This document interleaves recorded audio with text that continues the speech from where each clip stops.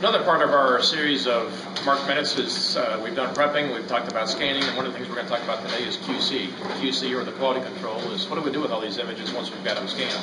Some of the issues you're going to face is on a scanner like we saw earlier was whether you're going to scan simplex or duplex, meaning one-sided or two-sided. If you scan two-sided, what are you going to do with all those blank pages on the back? Are you going to delete those out, or are you going to keep those in? Software can do that a lot with thresholds to say, look, anything below this certain size page, delete it out. And you have to set that threshold. If someone put an initial in the back of a page and maybe below that threshold, how bad do you want to keep them? If not, one of the other ways you can do it is through the use of QC software, which allows you to see all images, which then we can also do too is see where the blanks are, as well as inserting the breaks in the event that we wanted to make sure that the barcodes were read properly in capturing software.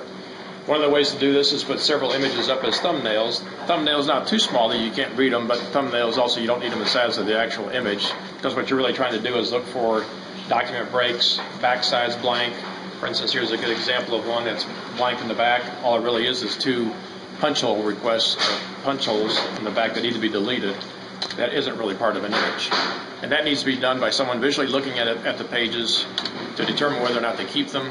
That's also QC, or a third step, because it doesn't do any good to scan the images and not know what to do with the disposition afterwards. In other words, will you shred them or keep them? If you keep them, then QC is probably not as important. But if you do shred them, QC is a very, very critical step as to make sure that all your images are readable later and making sure that nothing got missed, especially if you're deleting something by accident. Good luck with that.